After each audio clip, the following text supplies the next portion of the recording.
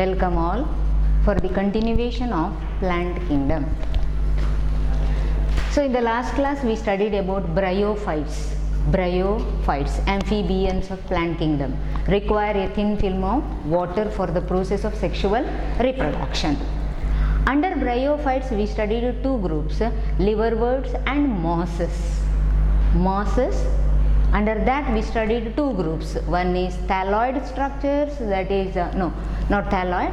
Thalloids are liverworts. One is protonema, another is a concept known as leafy stage. Protonema and leafy stage.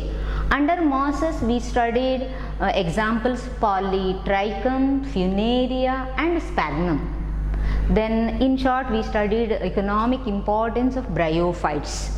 Bryophytes play an important role in plant succession.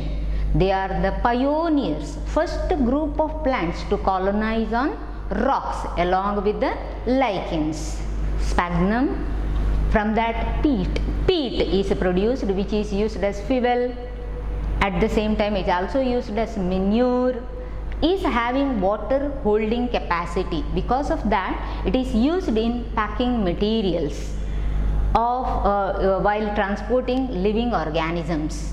In transshipment of living organisms that we studied, they are responsible for prevention of soil erosion. When they grow abundant, they form mats, that is bryophyta members. When they grow, they form mats. They prevent the direct impact of falling rain on soil. And some of the bryophytes are used as food by mammals, herbaceous mammals, birds, as well as by some other animals. That is one group of plants, the bryophytes. Now next group of plants higher to that are pteridophytes. The group of plants under this are pteridophytes. Pteridophytes.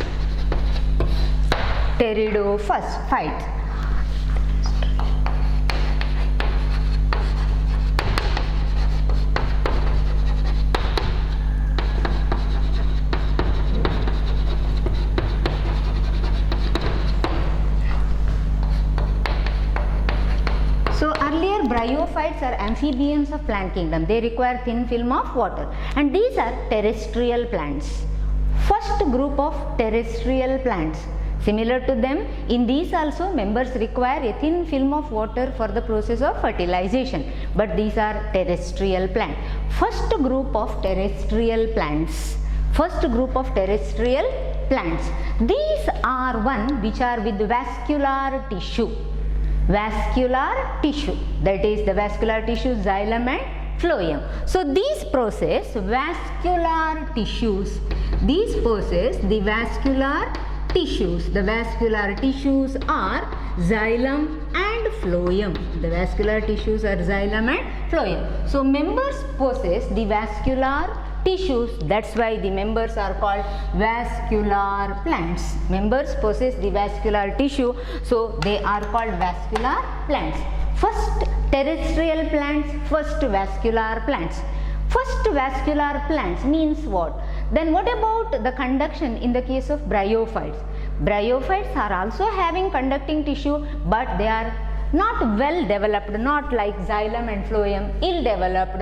They are called leptoids, hydroids by those names. But the well developed conducting tissue is present only after from pteridophytes. So pteridophytes are the first land plants, first terrestrial plants, as well as first vascular plants. Those are the first terrestrial plants, first vascular plants which are with vascular tissue, xylem and phloem. Now where these are found? What is the habitat?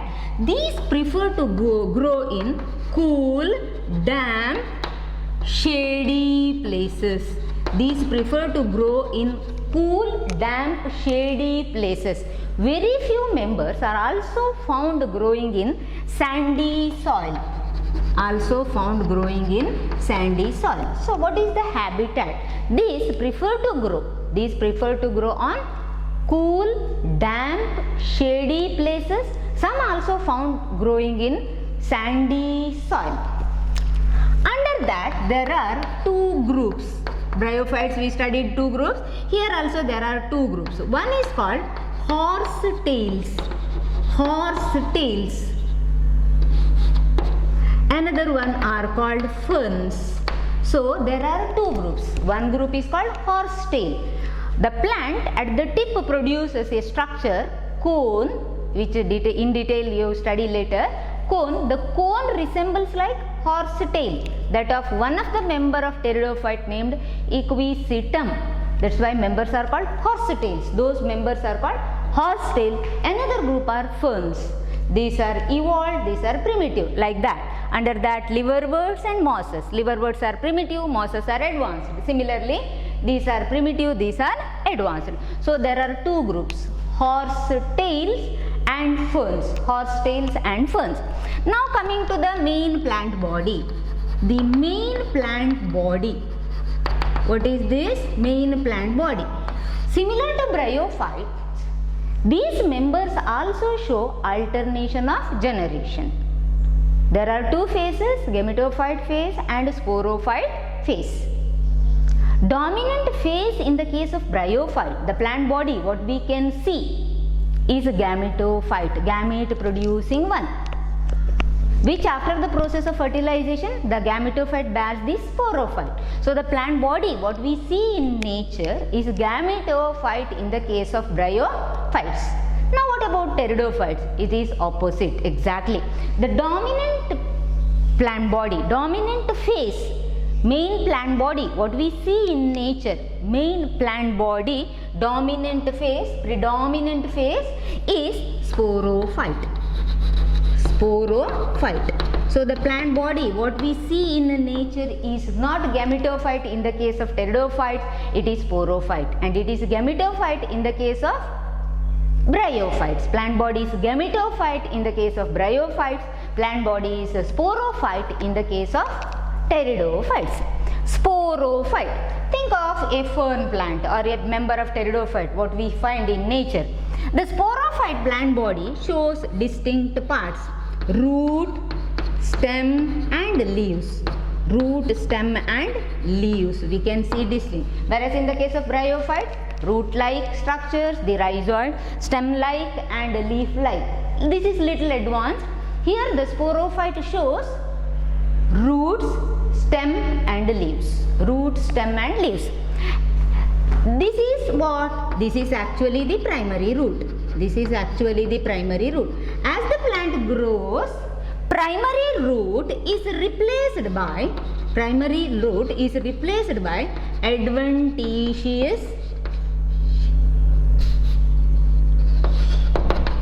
roots.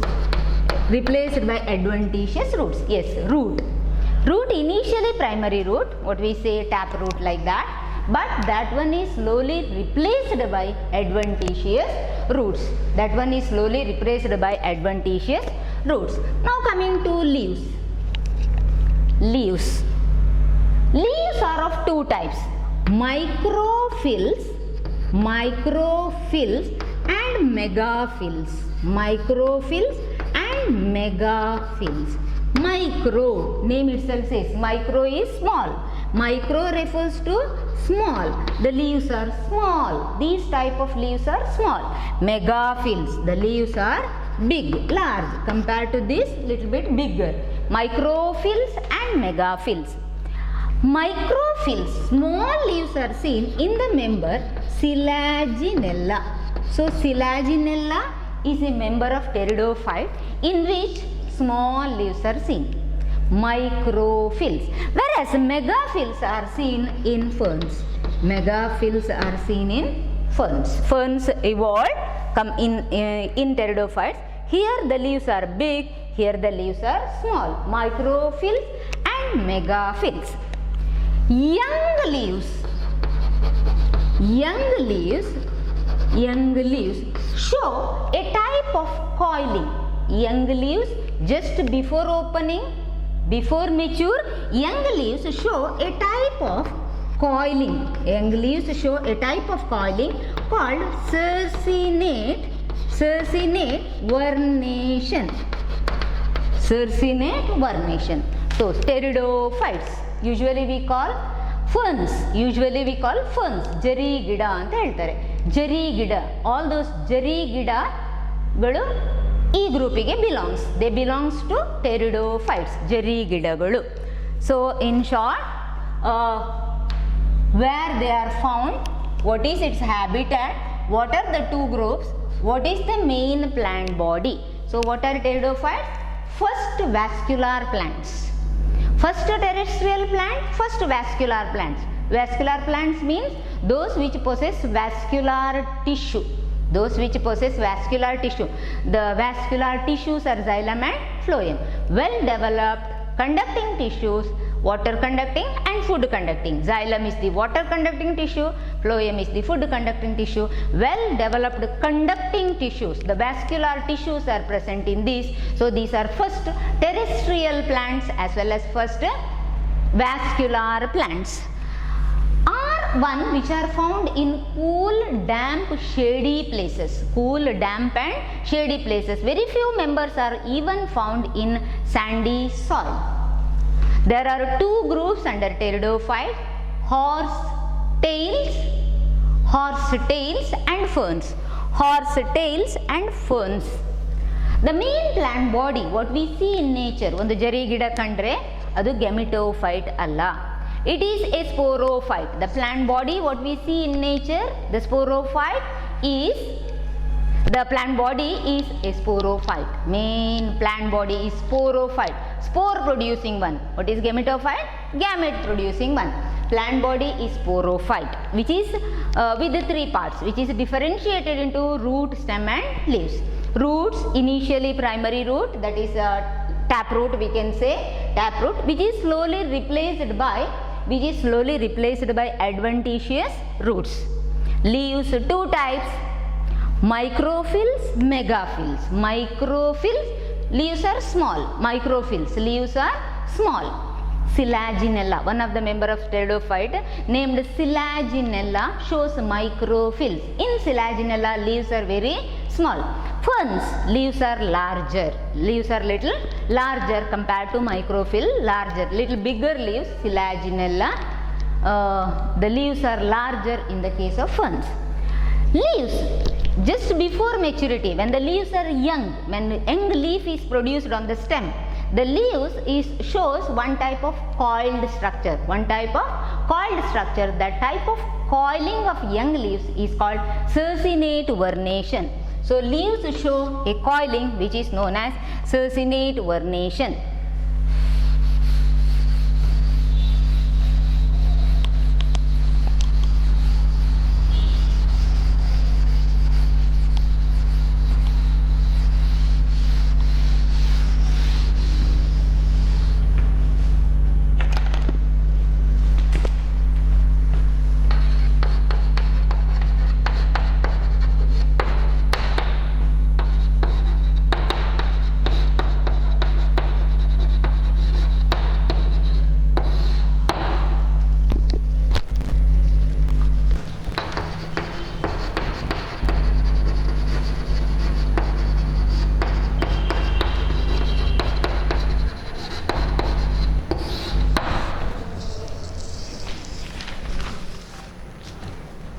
Okay, continuation.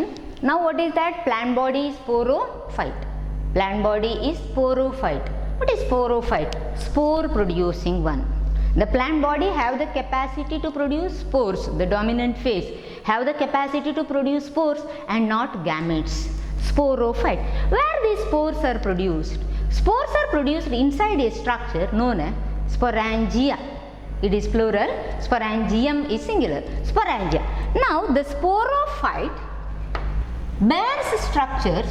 Sporophyte is with structures known as sporangia or sporangium is a singular, sporangium. When it is sporangium, it is singular, sporangium. Sporangia is plural. Sporangia is plural. Okay. Sporangia. These sporangia are surrounded by leaf-like structures. Imagine these are the leaf-like structures which we call as sporophylls.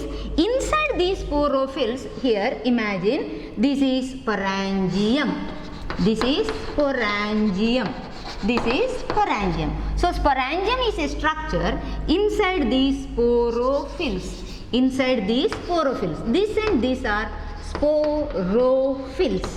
So what is that? Sporophyte bears sporangia. Imagine here, this is the part which is the portion of the sporophyte, which is the portion of the sporophyte. Sporophyte bears several appendages which are leaf-like, known as sporophylls. In the axil, in the middle, in the center of these sporophylls, the sporangium is present. This sporangium internally bears these spores. This sporangium internally bears these spores. So what is sporophyte? Spore bearing structure. Where these spores are produced? Spores are produced inside the structure sporangium. Spores are produced inside the structure sporangium. Sporangium is surrounded by appendages, leaf-like appendages, the sporophylls. Yes, sporophyte bears sporangium which are surrounded by sporophylls. Sporangium internally bears the spores. Sporophyte. Sporophyte, spore producing one. Where the spores are produced? Inside the sporangium. Sporangium are surrounded by leaf-like appendages, sporophylls. Sporophylls.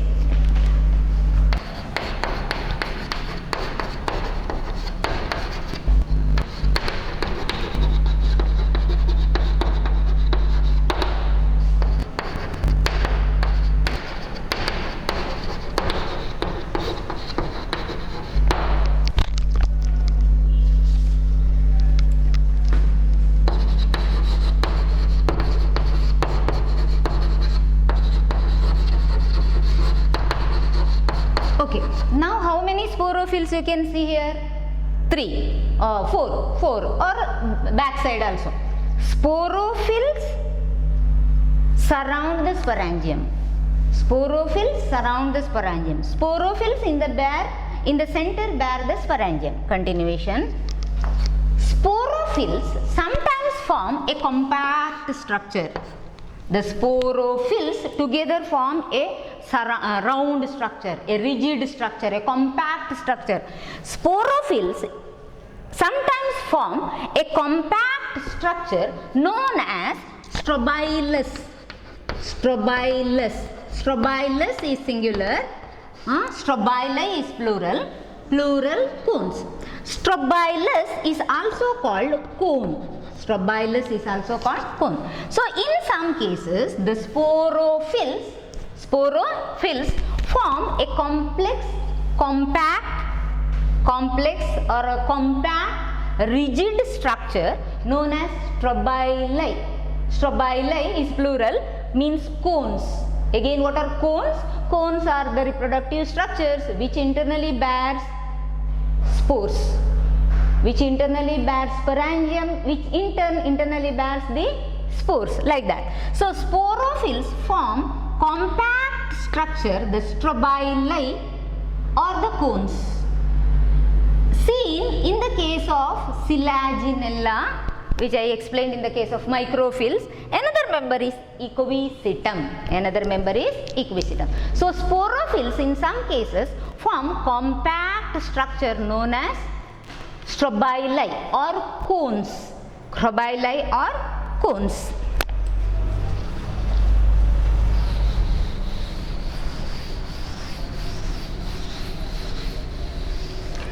Now again sporangia.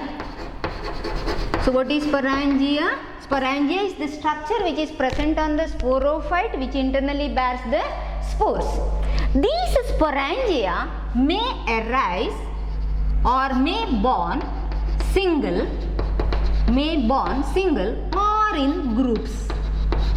In few cases the sporangia, where is sporangia? Born in the axil of sporophyll. In some cases these sporangia are born single. In some cases these sporangia are born in single, in others they are born in groups. When they are born in groups, they are called by the name sori. Sori.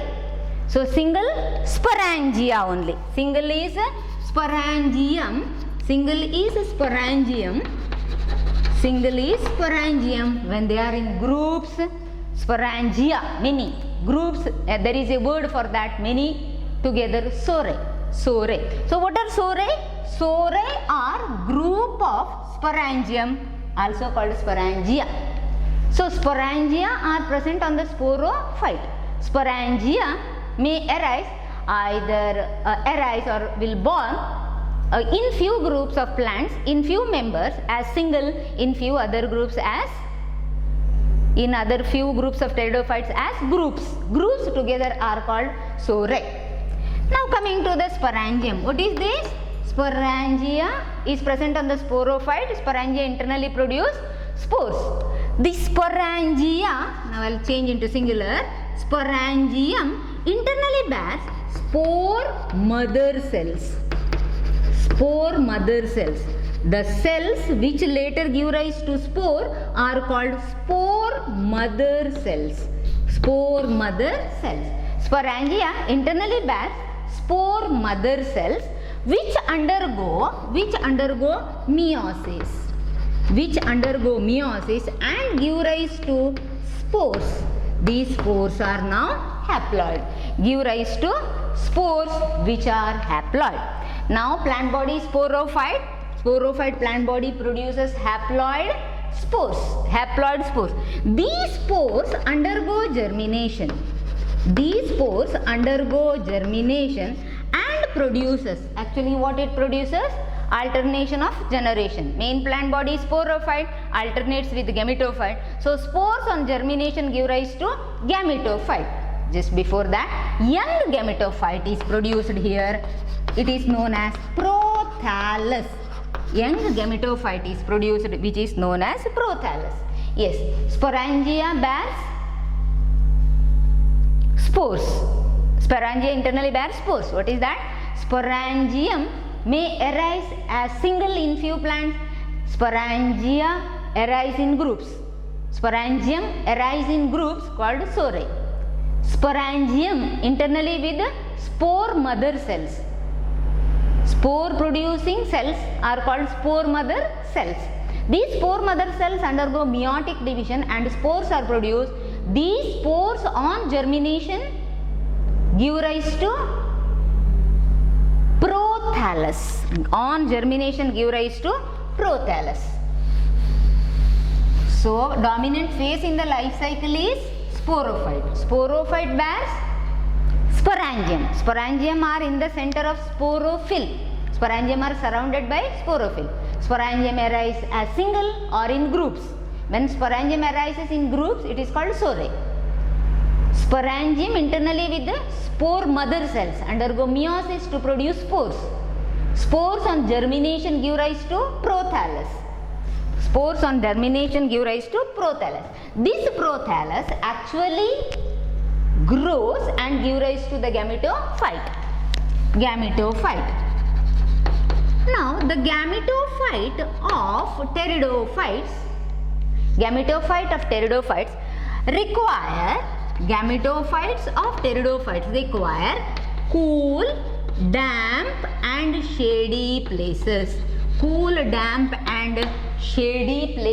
grow. At the same time, members also require water for the process of fertilization.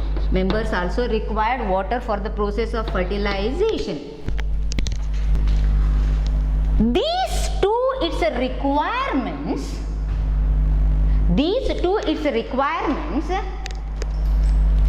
because of these two requirements, the spread of pteridophytes is limited.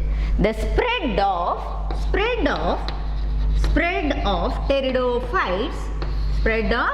pteridophytes is limited. Means what? No, these spores fall and give rise to prothallus. For the formation of prothallus, these require these type of habitats. The spores should get these type of habitats. If the spores get this type of habitat, then they will grow and become prothallus. Otherwise, no, prothallus is not produced. Spores will not germinate.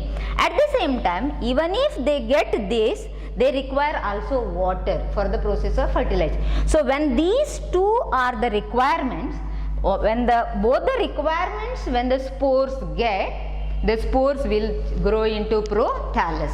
So because of these two requirements, the spread of pteridophytes is limited. That's why we can see in some geographical areas only the pteridophytes, whereas we cannot see the pteridophytes in all places. Their spread is limited. So we started with the sporophyte. Sporophyte. What is sporophyte? The main plant body is sporophyte. Sporophyte is one which is spore producing, where spores are produced inside the sporangium. Sporangium inside with the spore mother cells which undergo meiosis to produce spores. Spores, if they get cool, damp, shady places, sufficient water, then they germinate and give rise to prothallus. Prothallus is nothing but the young gametophyte. Prothallus grows and become the gametophyte. Prothallus grows and become the gametophyte.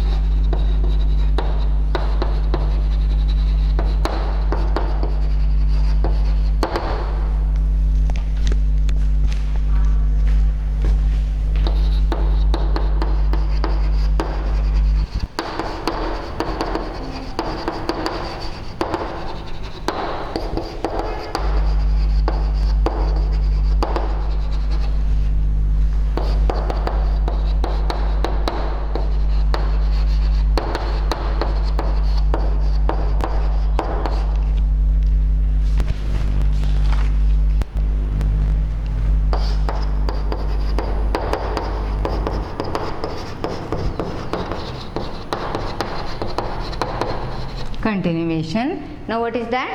On getting suitable substratum, spores germinate and give rise to prothallus.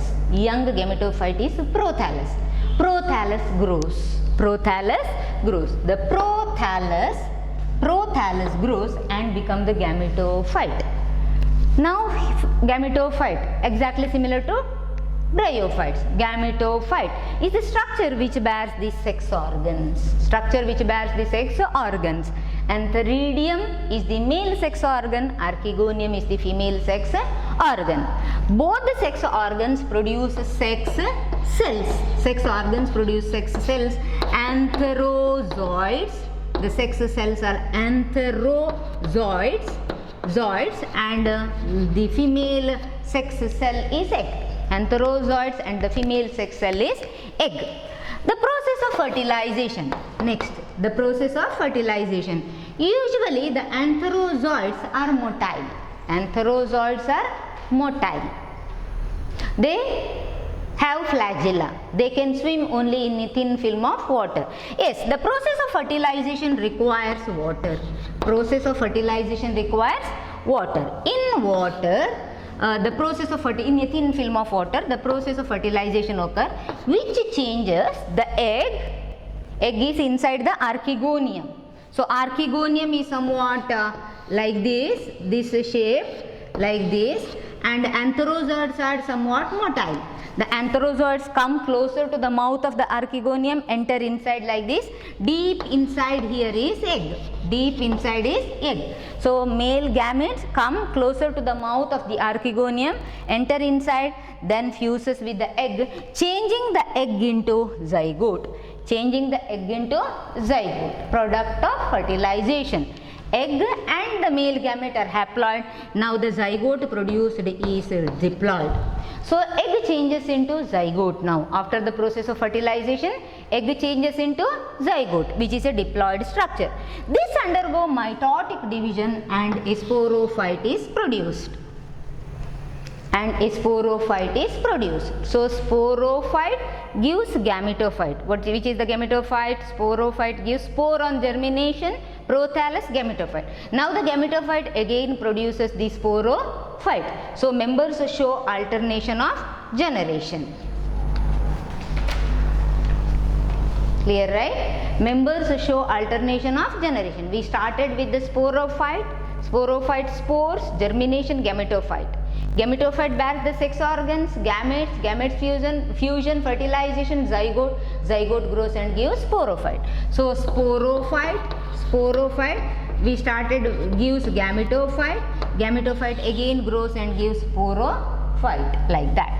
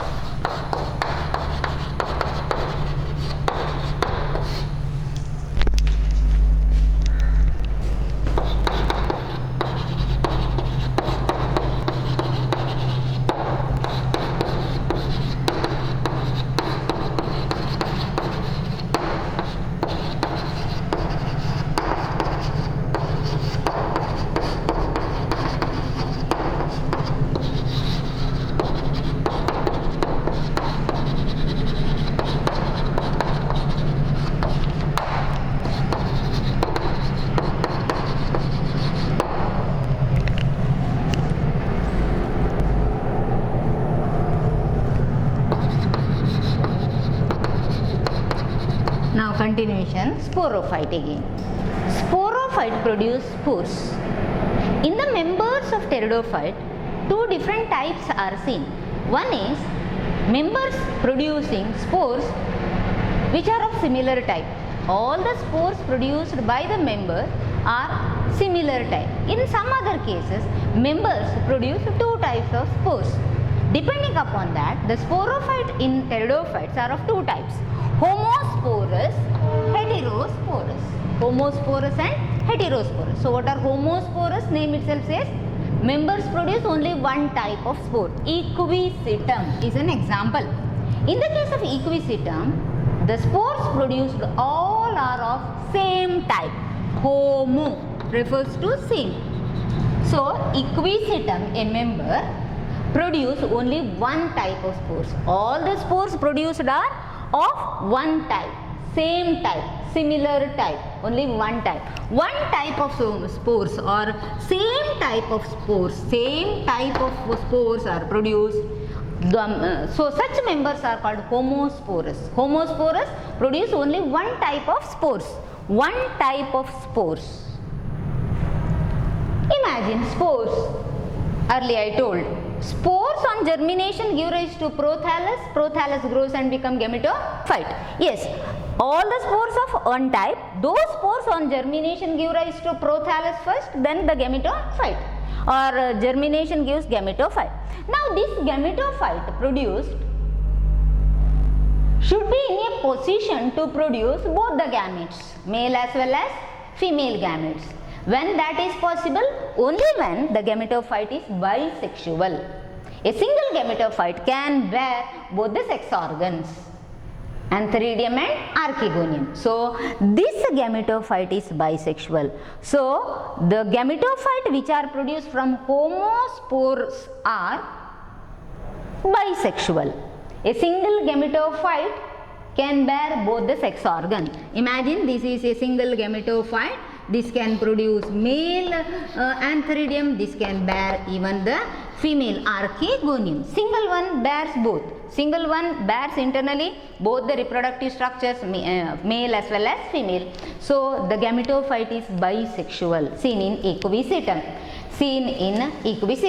Now coming to heterosporous, another condition, name itself shows hetero, produces two types of spores. One type of spores are called microspores. Another is macrospores. Microspores and megaspores or macrospores. Mega, will write. Microspores and megaspores. Mega, big. Macro is also big. Megaspores. Microspores, megaspores. Microspores and megaspores. See here, there are two types of spores. Now, each spore on germination give rise to gametophyte. Microspore on germination. What is that microspore? On germination, microspore on germination give rise to a gametophyte. Megaspore on germination give rise to a gametophyte. Now, what is the difference between these two gametophytes? This gametophyte is always the male gametophyte. This gametophyte is always the male gametophyte. This gametophyte is always the female gametophyte. Means this gametophyte bears only antheridium. This gametophyte bears only archegonium. Means the gametophytes are in this case unisexual. The gametophytes are unisexual. The gametophytes are unisexual. So sporophyte produce two types of spores in different members. In few members are homosporous. Equisetum is homosporous. Equisetum produce only one type of spores. Those spores on germination give rise to a gametophyte which is bisexual. Whereas Selaginella belongs to this group. So this is Selaginella and this is Equisetum. This is Equisetum. Equisetum is homosporous. Selaginella is heterosporous. Homosporous, all the spores produced are of same type, which on germination give rise to a bisexual, gametophyte. Heterosporous spores are of two types, microspores, megaspores. Each spore on germination give rise to unisexual. Each spore on germination give rise to unisexual gametophyte. Microspores male gametophyte, megaspores female gametophyte. Microspores on germination give rise to male gametophyte. Megaspore on germination give rise to female gametophyte. So here the gametophytes are unisexual.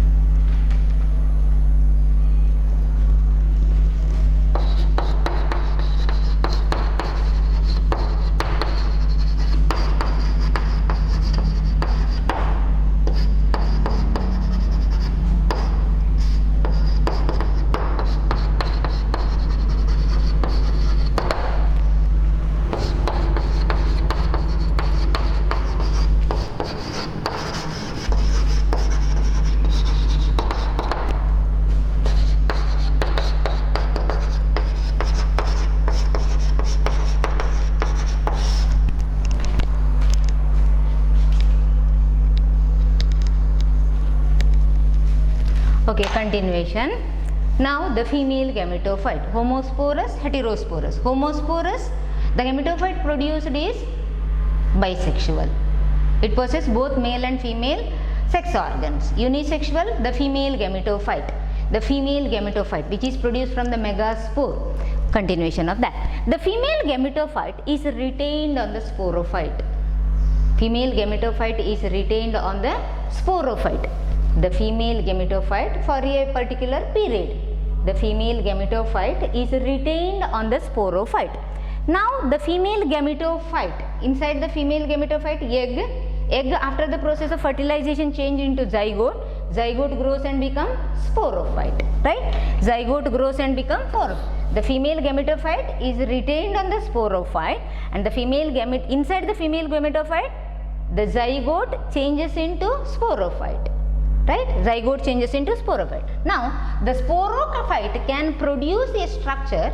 Sporophyte can produce a structure known as gametophyte. So, what is gametophyte? Gamete producing one. Gamete producing one. Now, recall in higher plants, flowering plants, we can say angiosperms. The plant body is sporophyte. Plant body is sporophyte. In detail, you are studying in angiosperm. The plant body is sporophyte, and the sporophyte plant body produce gametes. A stamen.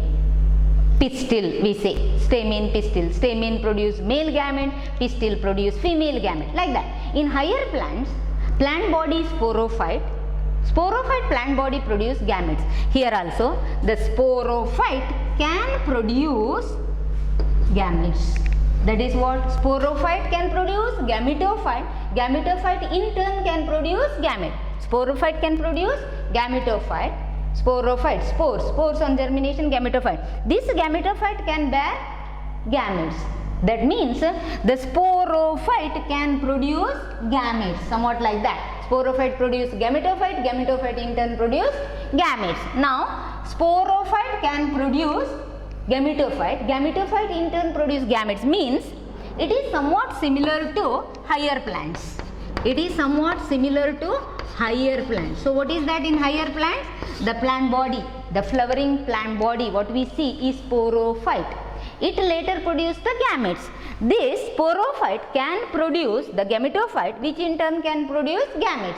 Means what? These pteridophytes are precursors of present day flowering plants. Precursors.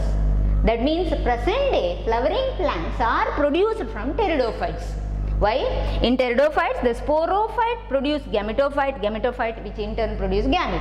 Whereas in higher plants, angiosperms, the plant body is sporophyte which can produce gametophyte, sporophyte which can produce gametophyte. That's why pteridophytes are called precursor to higher plants. Higher plants are flowering plants, means angiosperms. So these are precursors to higher plants. Higher plants, angiosperms. What are angiosperms? Are the plants which have the capacity to produce seed. Have the capacity to produce plant. So higher plants, angiosperms, higher plant, angiosperms. These are the different names, or flowering plants, or flowering plants. All these members are the different names for a single group, produce seed. So these pteridophytes are called precursors to seed habit. Precursors to seed habit means precursor means ancestor, like that. Means the flowering plants are produced from pteridophyte. Precursor, from those these are produced. In that case, the word precursor is used.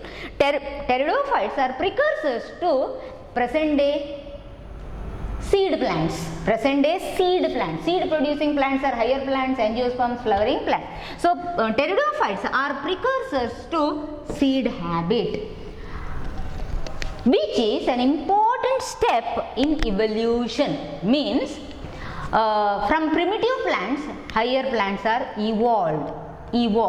Evolution. So bryophytes evolved into pterido. Pterido evolved into gymno. Gymno evolved into angio. So present day highly evolved plant, the angiosperms, are produced from primitive plant.